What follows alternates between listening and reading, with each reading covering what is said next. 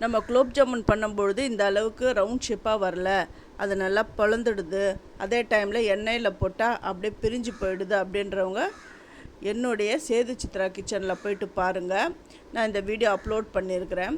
Skip பண்ணாமல் பார்த்தீங்கன்னா தான் உங்களுக்கு புரியும். அதுவும் இல்லாமல் என்னுடைய வீடியோவை பார்க்குறவங்க, என்னுடைய சேனலில் போயிட்டு என்னுடைய வீடியோவை பார்க்குறவங்க சப்ஸ்கிரைப் பண்ணலைன்னா சப்ஸ்கிரைப் பண்ணுங்கள். ஆல்ன்ற ஆப்ஷனை தொட்டுட்டு பாருங்கள். அப்போ தான் நான் போடுற ஒரு வீடியோவுடைய நோட்டிஃபிகேஷனும் உங்களுக்கு காட்டும். இந்த மாதிரி டென்னிஸ் பால் மாதிரி நல்லா உருண்டு வரணும். அதுக்கு எல்லா டிப்ஸும் நான் சொல்லியிருக்கேன். சின்ன சின்ன டிப்ஸை நம்ம ஃபாலோ பண்ணாலுமே போதும்.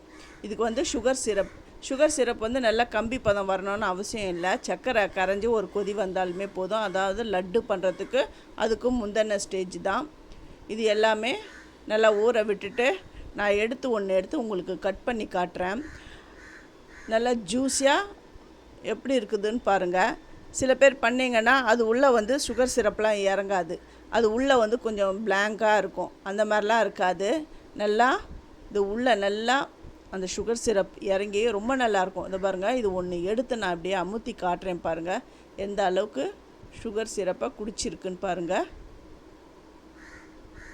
இன்னொருத்தையும் எடுத்து காட்டுறேன். அது உள்ள நல்லா அந்த பபுள்ஸ்லாம் நல்லா ஸ்பாஞ்சு மாதிரி இருக்குது பாருங்கள். இந்த மாதிரி குலோப் ஜாமுன் உங்களுக்கு வேணும் அப்படின்றவங்க என்னுடைய வீடியோவை பாருங்கள்.